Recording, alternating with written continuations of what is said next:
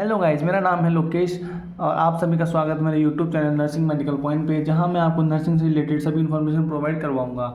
जैसा कि हम फार्माकोलॉजिकल सब्जेक्ट को कंप्लीट करते हुए आ रहे हैं, तो हमने पहले पढ़ा था एंटीसेप्टिक्स और डिसइंफेक्शंस, फिर हमने पढ़ा था उसका इंट्रोडक्शन, फार्माकोलॉजिकल इंट्रोडक्शन, फिर हमने पढ़ा था ड्रग यूजेज इन गैस्ट्रोइंटेस्टाइनल डिसऑर्डर और सिस्टम। और आज हम पढ़ेंगे कौन कौन सी मेडिसिन होती है जो रेस्पिरेटरी डिसऑर्डर्स या सिस्टम के अंदर यूज़ में ली जाती हैं। तो चलिए स्टार्ट करते हैं। फर्स्ट हम पढ़ते हैं स्टार्टिंग से। जैसे आप सोच रहे होंगे कि ये अच्छे से नहीं पढ़ा रहा है क्योंकि ये ओनली ड्रग के बारे में बताता है, तो फार्माकोलॉजिकल एक ये सब्जेक्ट है। अगर आपको कोई भी डिजीज़ के बारे में पढ़ना है या उसके बारे में नॉलेज लेनी है तो आप MSN पढ़ सकते हैं। MSN की वीडियोस मैं 2-3 दिन बाद डालूंगा। पहले मैं सोच रहा हूँ फार्माकोलॉजी के बारे में कि फार्माकोलॉजिकल एक बार सब्जेक्ट कंप्लीट हो जाए, उसके बाद में कोई दूसरा टॉपिक छेड़ूँ। तो मेरा यही है कि पहले मैं फार्माकोलॉजिकल कंप्लीट कराऊंगा, उसके बाद मैं MSN या फिर पैथोलॉजी स्टार्ट करूँगा। तो हम पढ़ते हैं आज ड्रग्स के बारे में। तो फर्स्ट ड्रग आती है रेस्पिरेटरी सिस्टम के अंदर जो ज़्यादा यूज़ में ली जाती है, कौन सी? Anti asthmatic drug. बहुत से ओल्ड एज पर्सनस को आपने देखा होगा, ओल्ड एज पर्सनस के अंदर अधिकतर यही प्रॉब्लम आपको ज़्यादा देखने को मिलेगी कि आजकल के जो ओल्ड एज पर्सनस हैं उनके अंदर क्या होता है, थोड़ी बहुत सीढ़ियाँ चढ़ेंगे या कुछ भी करेंगे, वो भारी सामान उठाएंगे या थोड़ा सा कोई वर्कआउट वगैरह कर लेंगे, तो उनमें क्या होता है, उनका रेस्पिरेशन बहुत बढ़ जाता है। जो नॉर्मल वैल्यू होती है 16 to 21, वो बढ़ के हो जाती है 25 to 30 रेस्पिरेशन हो जाती है पर मिनट। तो ये आजकल एक नॉर्मल आप बीमारी मान सकते हैं कि कुछ भी काम वगैरह करते हैं, आप ओल्ड पर्सन ना मानो तो आजकल जो यंगर पर्सन है, टोडलर्स हैं, उनको भी आप देखते हो, अगर 2-3 बार सीढ़ियाँ वीढ़ियाँ चढ़ा देते हैं तो वो क्रॉनिक ऑब्स्ट्रक्टिव पल्मोनरी डिजीज़ के शिकार बन सकते हैं, या उनके अस्थमा हो जाता है, या फिर वो क्या है बहुत ज़्यादा शॉर्टनेस ऑफ ब्रीथ करने लग जाते हैं। तो ये आजकल क्या है नॉर्मल बीमारियाँ मान सकते हैं आप इनको। तो जो अस्थमेटिक के अंदर यूज़ में ली जाती है वो ड्रग आज अपन पढ़ते हैं। तो फर्स्ट पढ़ते हैं अपन anti asthmatic drugs. These drug are use to relieve symptom of asthma. ये ड्रग क्या करती है? रिलीफ यानी कि रिलीफ सिम्टम्स ऑफ अस्थमा। ये ड्रग्स होती है ना जो आपको रिलीफ प्रोवाइड कराती है अस्थमेटिक कंडीशन से। किसी भी पेशेंट को अस्थमा हो रहा है तो अगर अपन उसको एंटी अस्थमेटिक ड्रग्स देंगे तो उससे क्या होगा, उसको अस्थमा जो कंडीशन है उससे रिलीफ मिलेगा। तो फर्स्ट अपन डायरेक्ट पढ़ते हैं इस क्लासिफिकेशन के बारे में। इसका क्लासिफिकेशन भी ज़्यादा नहीं है, बस 5 पॉइंट्स ही है, 5 पॉइंट के सब पॉइंट हैं। ये भी आप अगर लर्न कर लोगे तो बहुत अच्छा रहेगा, क्योंकि आजकल आप भी समझते हो कि नर्सिंग से कुछ भी नहीं हो सकता। जितना ज़्यादा एक्स्ट्रा ऑर्डिनरी पर्सन रहेगा उसकी उतनी ज़्यादा डिमांड होगी। तो नर्सिंग के साथ साथ अगर आप फार्माकोलॉजी के लिए अच्छी नॉलेज ले लेते हो या मेडिसिन की अच्छी नॉलेज ले लेते हो तो वो भी आपके लिए बहुत बेनिफिट होगा। तो क्लासिफिकेशन कैसा है इसका? क्लासिफिकेशन में फर्स्ट पढ़ते हैं ब्रोंकोडायलेटर्स, सेकंड आती है कॉर्टिकोस्टेरॉइड्स, थर्ड आती है ल्यूकोट्राइन रिसेप्टर एंटागोनिस्ट, फोर्थ आती है मास्ट सेल स्टेबलाइजर्स और फिफ्थ आती है एंटी IgE एंटीबॉडी। ये इसका क्या है क्लासिफिकेशन है, जिसमें ब्रोंकोडायलेटर्स के अंदर सब टाइप्स हैं, जैसे कि सिम्पैथोमाइमेटिक्स, एंटीकोएलेजेनिक्स और मेथिलजेंथीस। ये इसके क्या है सब टाइप्स हैं। फिर आता है कॉर्टिकोस्टेरॉइड्स। कॉर्टिकोस्टेरॉइड्स को भी अपना 2 सब टाइप के अंदर डिवाइड किया गया है, एक तो सिस्टमिक और एक इनहेलेशनल। तो अपन एक के बारे में पढ़ते हैं। फर्स्ट अपन पढ़ेंगे bronchodilators. These are a class of medicine that relax smooth muscles of airway। ये इस टाइप की क्लास की मेडिसिन है जो क्या करती हैं, रिलैक्स करती है स्मूथ मसल्स ऑफ एयरवे, यानी कि जो ट्रैकिया होती हैं जिसको अपन विंड पाइप भी बोलते हैं या उसको अपन एयरवे भी बोलते हैं। तो जो ट्रैकिया के आसपास की जो मसल्स होती है ना, अस्थमा के अंदर क्या होती हैं, वो बहुत ज़्यादा क्या होती है, कोलैप्स मान सकते हो, या उसको बहुत नैरोइंग हो जाती है, जिसकी वजह से क्या होता है एयरवे डिसबैलेंस हो जाता है या अनबैलेंस हो जाता है, जिसकी वजह से क्या है प्रॉपर पेशेंट को रेस्पिरेशन नहीं मिल पाता है, उसका एक्सचेंज ऑफ गैसेज प्रॉपर नहीं हो पाता है, जिसकी वजह से क्या होता है हाइपोक्सिया कंडीशन को देखने को मिल सकती है। तो ये जो ब्रोंकोडायलेटर्स होती है जो अस्थमा को क्या करती है, जो जितनी भी जो मसल्स है जो नैरोइंग हो गई थी या उनके अंदर कोलैप्स की कंडीशन देखने को मिल रही थी, तो ये क्या होती है उनके पास जाती हैं, उनके अंदर एब्जॉर्ब होती है, और ये क्या करती हैं जो नैरोइंग मसल्स हैं उनको क्या करने का काम करती हैं, उसको स्मूथ करने का काम करती है, making the airway dilated and breathing process more easier. और जो नैरोइंग हुई थी मसल्स थी उनको क्या करती है, डायलेट करने का काम करती है, जिसकी वजह से क्या होता है जो एयरवे होता है वो क्लीन हो जाता है और जो रेस्पिरेशन होता है वो पहले की तरह नॉर्मल हो जाता है। ये क्या होता है, ब्रोंकोडायलेटर्स होते हैं। इसका अपन सब टाइप पढ़ेंगे। सिम्पैथोमाइमेटिक्स। सिम्पैथोमाइमेटिक्स क्या होता है, these are also as beta two adrenergic agonist. इसको अपन क्या बोलते हैं, बीटा टू एड्रेजेनिक एगोनिस्ट। ये 1 टाइप क्वेश्चन भी बन सकता है एग्जाम्स के अंदर कि बीटा टू एड्रेजेनिक एगोनिस्ट कौन कौन सी होती हैं, तो आपको वो लिखनी पड़ेगी sympathomimetics. On the basis of onset of action and duration of action beta two agonist are of 2 types. जैसे कोई बैरिटन पेशेंट है या अस्थमेटिक पेशेंट है, नॉर्मल अस्थमेटिक पेशेंट है, तो अगर डेली लाइफ के अंदर क्या होता है शॉर्ट टाइम के अंदर भी मेडिसिन लेके अपन उसको ट्रीट कर सकते हैं। लेकिन कोई बैरिटन पेशेंट है, बहुत लंबे समय से वो बेड पे है या हॉस्पिटल में एडमिट है, तो ऐसे टाइम पे क्या होता है शॉर्ट मेडिसिन से अपन उसको ट्रीट नहीं कर सकते। उसके लिए क्या होती है लॉन्ग टर्म की मेडिसिन यूज़ में ली जाती है। तो on the basis of duration या टाइम के बेसिस पे क्या होता है, तो सिम्पैथोमाइमेटिक्स जो है उसको 2 टाइप में डिवाइड किया गया है। फर्स्ट आता है शॉर्ट एक्टिंग और सेकंड आता है लॉन्ग एक्टिंग। तो फर्स्ट अपन पढ़ते हैं शॉर्ट एक्टिंग सिम्पैथोमाइमेटिक ड्रग्स के अंदर साल्बुटामॉल को अपन एल्बुट्रोल भी बोलते हैं, साल्बुटामॉल को अपन क्या बोलते हैं एल्बुट्रोल भी बोलते हैं। अगर आप वहीं पे एल्बुट्रोल मिले तो आप उसको साल्बुटामॉल भी समझ सकते हो। It is a short acting beta 2 adrenergic receptor agonist. क्या होती है शॉर्ट एक्टिंग यानी कि छोटा समय, यानी कि इसको अपन एक्यूट टाइम भी बोल सकते हैं। जिसकी क्या होती है short acting beta 2 adrenergic receptor agonist होती है, जो आती है प्रोवाइड करती है symptomatic relief by preventing bronchospasm. ये क्या करती है ये एक सिम्टोमेटिक रिलीफ प्रोवाइड करवाती है पेशेंट को, जो क्या करती है प्रिवेंट करती है किसको ब्रोंकोस्पाज्म मतलब क्या होता है टाइटनिंग और narrowing of smooth muscles surrounding bronchi या एयरवे। जो ब्रोंकोस्पाज्म का मतलब क्या होता है, ब्रोंकोस्पाज्म जो चीज़ होती है जो ये क्या करती है जो आसपास का सराउंडिंग एरिया होता है ट्रैकिया या एयरवे का, उसको क्या करती है कोलैप्स कर देती है, उसको टाइट कर देती है, जिसकी वजह से क्या होता है एयरवे अच्छे से नहीं हो पाता है, पेशेंट को एक्सचेंज ऑफ गैसेस सही से नहीं हो पाता है, जिसकी वजह से क्या होता है उसको बहुत ज़्यादा डिफिकल्टी होती है।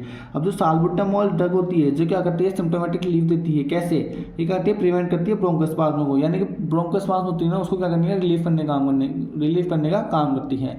यानी कि ब्रोंकोस्पाज्म टाइट मसल्स है ना उसको क्या करेगी स्मूथ मसल्स करेगी, जिसकी वजह से क्या होता है जो नैरोइंग एयरवे है, जो ल्यूमन है किसका ट्रैकिया का, वो क्या होगा जो पहले नॉर्मल साइज है उस साइज में आ जाएगा यानी डायलेट हो जाएगा, जिसकी वजह से क्या होगा एस्पिरेशन सही से हो पाएगा। देखिए उस मैकेनिज्म ऑफ एक्शन है जैसे कि on administration it binds with beta 2 adrenergic receptor.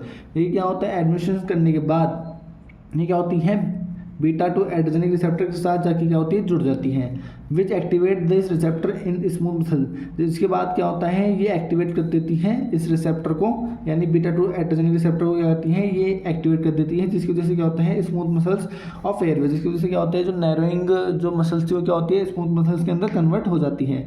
It result in increase intracellular camp. ये क्या होती है ये इंट्रासेलुलर जो कैंप होता है यानी कि साइक्लिक अमीनो मोनोफॉस्फेट होता है ना, जिसको क्या करती है ये बढ़ा देती है। जो cAMP activate protein kinase A which result in bronchodilation. अब जो कैंप होता है यानी कि साइक्लिक अमीनो मोनोफॉस्फेट होता है ना, जो क्या करता है प्रोटीन काइनेज को क्या करता है एक्टिवेट कर देता है। अब प्रोटीन काइनेज अब जो कैंप होता है ना साइक्लिक अमीनो मोनोफॉस्फेट का काम क्या होता है ये एक्टिवेट कर देता है प्रोटीन काइनेज नाम के एक एंजाइम को, जो क्या करता है ब्रोंकोडायलेशन का काम करता है। इसका डोज और रूट क्या होता है mainly use by inhalation, it is also available in tablet syrup IV solution etc। ज़्यादातर तो ये क्या होता है इनहेलेशन रूट से लिया जाता है यानी कि नेबुलाइजेशन मशीन के थ्रू अपन इसको ले सकते हैं, लेकिन ये क्या होता है टैबलेट सिरप और आईवी फॉर्म के अंदर भी अपन को मिल सकता है। इसकी डोज कितनी होती है 100 to 200 माइक्रोग्राम QD का मतलब क्या होता है दिन में 4 time. In children 100 microgram every 4 years। Mandated dose inhaler. इसका ऑनसेट ऑफ एक्शन क्या होता है start with in 5 minutes of inhalation and last for 2 to 4 hours। इसका जो टाइमिंग होता है जो एडमिनिस्ट्रेशन करने के ओनली 5 minutes बाद ही अपना असर दिखाना स्टार्ट कर देती है और 2 से 4 घंटे के अंदर क्या होता है पेशेंट को रिलीफ मिल जाता है। इसकी हाफ लाइफ कितनी होती है इनहेल और ओरली साल्बुटामॉल इज 2.5 से 5 घंटे।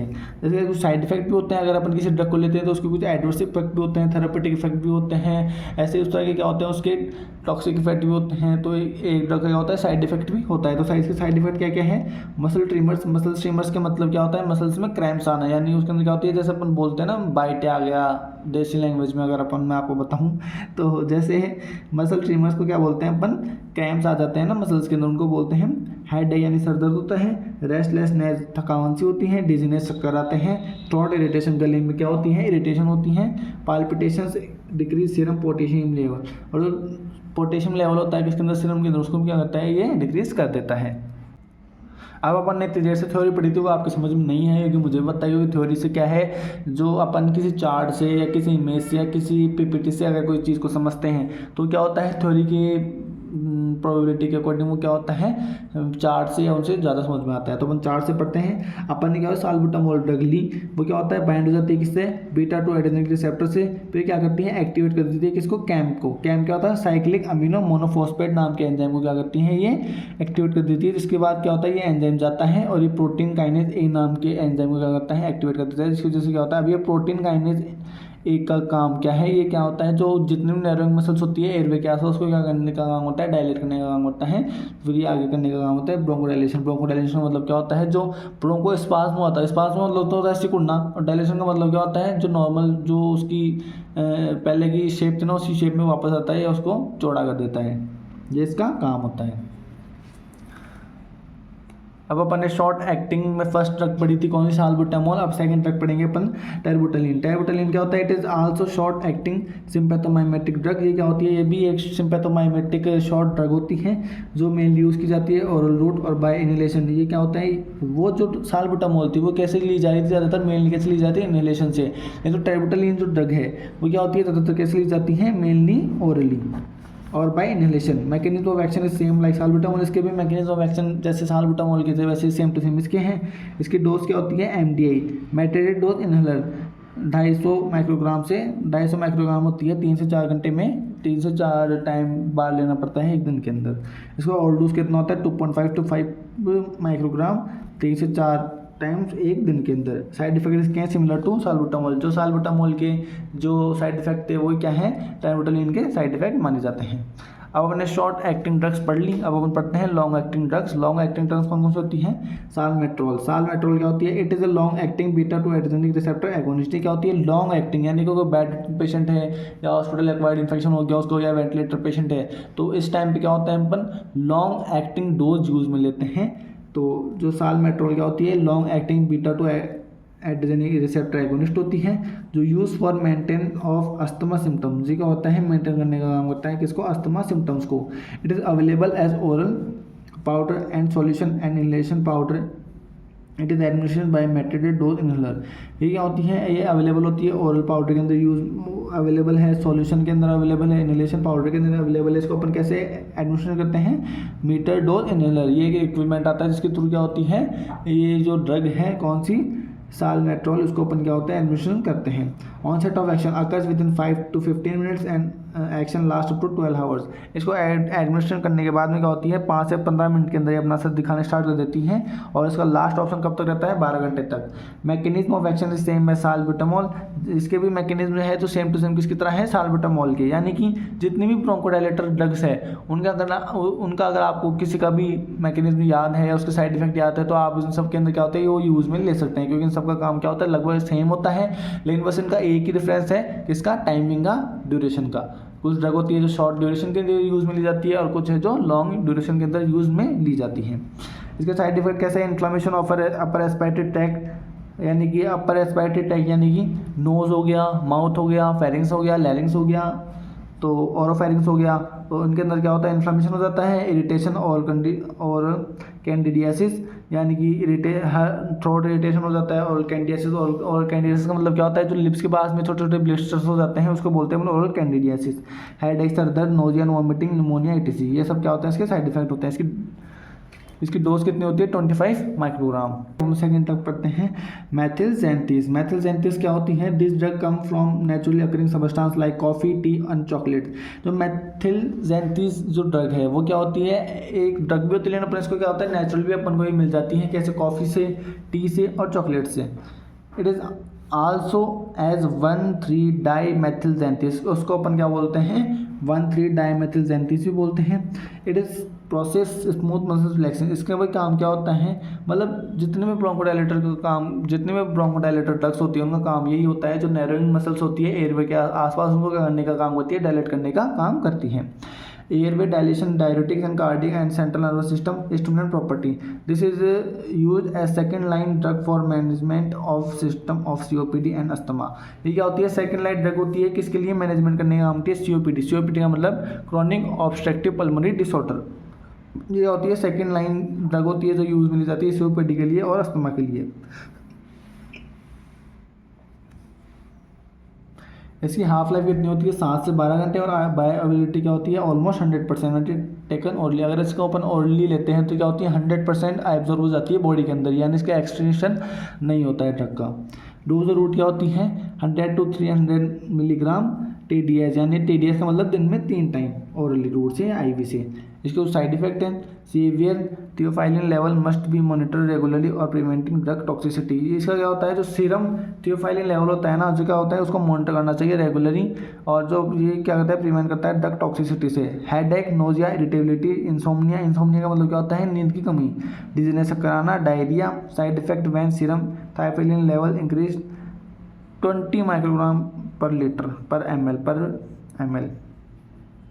अगर जो थियोफाइलिन लेवल क्या होती है अगर बढ़ जाए किससे 200 माइक्रोग्राम से अगर ज़्यादा बढ़ जाए तो क्या होता है इसके कुछ ज़्यादा साइड इफेक्ट होते हैं, जैसे कि इंक्रीज हार्ट रेट बढ़ जाती है, यानी कि टैकीकार्डिया हो जाता है, हाइपरटेंशन BP कम हो जाती है, 120/80 से कम हो जाती है, परसिस्टेंट वॉमिटिंग, पेशेंट को क्या होता है कंटिन्यूस वॉमिटिंग होती रहती है, CNS डिप्रेशन, सीएशन का जो वर्क होता है वो इलेक्ट्रिक क्या होता है डिप्रेस्ड हो जाता है या सप्रेस हो जाता है, सीजर यानी दौड़ना स्टार्ट हो जाते हैं, और डिसरेथमियाज यानी कि जो एक हार्ट बीट रिदम के अंदर चलती है, यानी कि जैसे 61, 62, 63 या फिर कभी कभी 65 आ जाए, 68 आ जाए, तो ये होती है रिदम के अंदर हार्ट बीट चलती है। एरिथमिया का मतलब क्या होता है 120 आ रही है, फिर 80 आ रही है, फिर 85 हो गई, फिर 92 हो गई, मतलब एक रेंज के अंदर वो नहीं चलती, उसको अपन क्या बोलते हैं एरिथमिया। अब मेथिलजेंथिस की कुछ कॉन्ट्राइंडिकेशंस भी, कॉन्ट्राइंडिकेशन का मतलब कौन कौन से पेशेंट को अपन ये ड्रग प्रिस्क्राइब नहीं करनी है। हाइपर सेंसिटिव टू जेंथिस डेरिवेटिव, जो जेंथिस डेरिवेटिव्स के क्या आता है जो पेशेंट हाइपर सेंसिटिव होते हैं उनको पेशेंट को अपन को नहीं देनी है। कोरोनरी आर्टरी डिजीज CAD से कोई पेशेंट सफ़र कर रहा है तो उसको भी अपन को नहीं देनी है। Liver cirrhosis, peptic ulcer, seizures, या लीवर की कोई प्रॉब्लम हो, सिरोसिस की कोई प्रॉब्लम हो, पेप्टिक अल्सर हो या सीजर्स होने के चांसेस, तो उन पेशेंट को अपन को ये दवाई प्रिस्क्राइब नहीं करनी है। अब अपन ने फर्स्ट टाइप पढ़ा था ब्रोंकोडायलेटर का कौन सा सिम्पैथोमाइमेटिक, सेकंड टाइप हमने पढ़ा था मेथिलजेंथिस, और थर्ड टाइप अपन पढ़ते हैं एंटीकोएलेजेनिक्स। एंटीकोएलेजेनिक्स क्या होती हैं this drugs relax smooth muscles of airway and are used to relieve respiratory distress. ये जो ड्रग होती है जो क्या करती है जितने भी नर्विंग जो या फिर टाइट जो हार्ड मसल्स होती हैं उनको क्या करती है स्मूथ करने का काम करती है और रिलीव करती है किसकी रेस्पिरेटरी डिस्ट्रेस से। अब इसके अंदर भी कुछ एग्जाम्पल्स है जैसे कि ड्रग्स से एप्राट्रोपियम ब्रोमाइड। अब एप्राट्रोपियम ब्रोमाइड क्या होती है it is derived from atropine. ये क्या होती है ये किससे मिलती है अपन को एट्रोपिन से मिलती है। It is use to control system of bronchospasm such as wheezing, shortness of breath and chest tightness. अब जो आइप्राट्रोपियम ब्रोमाइड नाम की ड्रग है ये क्या होती है अपन को एट्रोपिन से मिलती है और ये क्या करती है कंट्रोल करने का काम करती है सिस्टम ऑफ ब्रोंकोस्पाज्म, यानी कि जो मसल्स ब्रोंकोस्पाज्म मतलब क्या था टाइट हो रही थी, जो हार्ड हो रही थी मसल्स उनको क्या करनी उनको ये हार्ड या टाइट होने से रोकती है। और वीजिंग साउंड का मतलब आप समझते हो वीजिंग साउंड जो सीटी अगर अपन जैसे कुछ बोलते हैं सांस वगैरह लेते हैं ना तो उसके अंदर क्या होती है कुछ विजल सी आवाज़ आती है, उसको ये रोकने का काम करती है। Shortness of breath dyspnoea, shortness of breath को अपन डिस्निया बोलते हैं, डिस्निया को रोकने का काम करती है। और चेस्ट टाइटनेस, जो अब मसल्स टाइट होगी तो चेस्ट ऑटोमेटिक टाइट हो जाएगा। तो जो एप्रोट्रोपियम ब्रोमाइड जो ड्रग होती है क्या करती है इसका यही काम है, जो ये स्मूथ मसल्स होती है वो टाइट होने से उनको रोकने का काम करती है। It is a short acting muscarinic receptor at antagonist of acetylcholine. क्या होती है शॉर्ट एक्टिंग मस्कुलिनिक रिसेप्टर होती है एंटागोनिस्ट फॉर एसिटाइलकोलिन की। इसका ऑनसेट ऑफ एक्शन कितना होता है within 15 to 30 minutes and duration of action in 4 to 6 hours. Mechanism of action क्या होती है ipratropium bromide block muscarinic receptor of acetylcholine और प्रिवेंट करती है ब्रोंको कॉन्स्ट्रिक्शन को। मतलब कि क्या होती है ये जो आइप्राट्रोपियम ब्रोमाइड जो ड्रग्स होती है जो क्या करती है ब्लॉक करती है मस्कुलिनिक रिसेप्टर्स को एसिटाइलकोलिन के जो क्या करती है प्रिवेंट करती है ब्रोंको कॉन्स्ट्रिक्शंस को। उसके रूट ऑफ एडमिनिस्ट्रेशन है। रूट ऑफ एडमिनिस्ट्रेशन क्या होता है इट इज़ एडमिनिस्ट्रेशन विया इनहेलेशन। इसको अपन इनहेलेशन रूट से भी ले सकते हैं ओरली भी ले सकते हैं इंट्रानेजली भी ले सकते हैं। डोज कितनी होती है 20 to 40 microgram of TDS। Side effect क्या होते हैं dry mouth cough, dizziness, skin flushing, severe side effects including allergic reactions की कुछ क्या होते हैं साइड इफेक्ट्स होते हैं। Anaphylaxis, urine retention. अब उसके कॉन्ट्राइंडिकेशन क्या होते हैं, इसके एंटीकोएगुलेंट्स की कुछ कॉन्ट्राइंडिकेशंस भी होते हैं। Patient having hyper sensitive to atropine and related substances, कोई भी पेशेंट हो जिसको एट्रोपिन से हाइपर सेंसिटिव हो या फिर उसको उससे रिलेटेड कोई भी सब्सटेंस से कोई दिक्कत हो तो उस पेशेंट को अपन ये प्रिस्क्राइब नहीं करेंगे। तो आज का टॉपिक अपना यही खत्म होता है। आज अपन ने ओनली रेस्पिरेटरी मेडिसिन में ओनली फर्स्ट टाइप है जो कौन सा है, ब्रोंकोडायलेटर, उसको ही पढ़ा है। कल अपन पढ़ेंगे कौन सा, कोर्टिकोस्टेरॉइड। आज के लिए इतना ही। अगर आपको मेरा वीडियो अच्छा लगा हो तो please like, share, comment and subscribe my YouTube channel. और अगर आपको मेरे हैंड रिटन नोट्स चाहिए तो आप मुझे या तो DM कर सकते हो या मेरे टेलीग्राम चैनल पर जाकर चेक कर सकते हो, वहाँ मैं आपको ये प्रोवाइड करवा दूँगा। Thank you.